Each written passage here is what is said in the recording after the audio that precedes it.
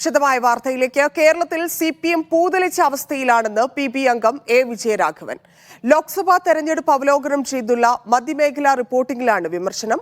സർക്കാരിനെതിരെയുള്ളത് ജനവികാരം തോൽവിക്ക് കാരണമായെന്ന് PB അംഗം പ്രകാശ് കാരാട്ടും പറഞ്ഞു. ശരൺ ചേരുന്നു. ശരൺ, മുതിർന്ന നേതാക്കൾ തന്നെ CPMന്റെ അവസ്ഥ മോശമാണ് എന്ന് റിപ്പോർട്ട് ചെയ്യപ്പെടുമ്പോൾ CPMനുള്ളിൽ എന്താണ് സംഭവിക്കുന്നത്? എന്തൊക്കെ കാര്യങ്ങളാണ് വിജയരാഘവനും ഒപ്പം പ്രകാശ് കാരാട്ടും പറഞ്ഞിരിക്കുന്നത്?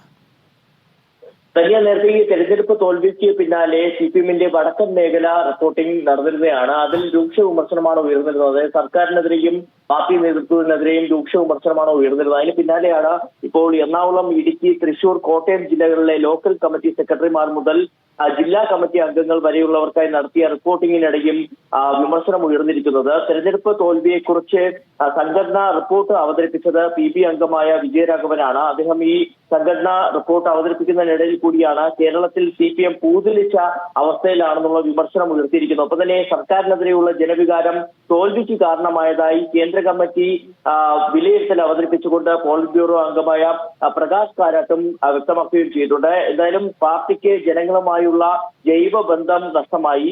പാർട്ടിയുടെ അടിസ്ഥാന വോട്ടുകളിലെ ചോർച്ച ഗൗരവത്തോടെ കാണണം. ബംഗാളിലും ത്രിപുരയിലും ഇതാണ് സംഭവിച്ചത്. ജനങ്ങളെ മനസ്സിലാക്കാൻ പാർട്ടിക്ക് കഴിയുന്നില്ല തുടങ്ങിയ കാര്യങ്ങളാണ് ഇതിനിടയിൽ വിമർശനമായി. തോൽവിക്ക് ശേഷം എന്തായാലും നേതാക്കൾക്കിടയിൽ പോലും പാർട്ടിയിൽ ശരിയായല്ല കാര്യങ്ങൾ നടക്കുന്നത് എന്നുള്ള അഭിപ്രായങ്ങളാണ്. അതാണ് ഓരോ മീറ്റിംഗിലും ഉയർന്നു വരുന്നത്.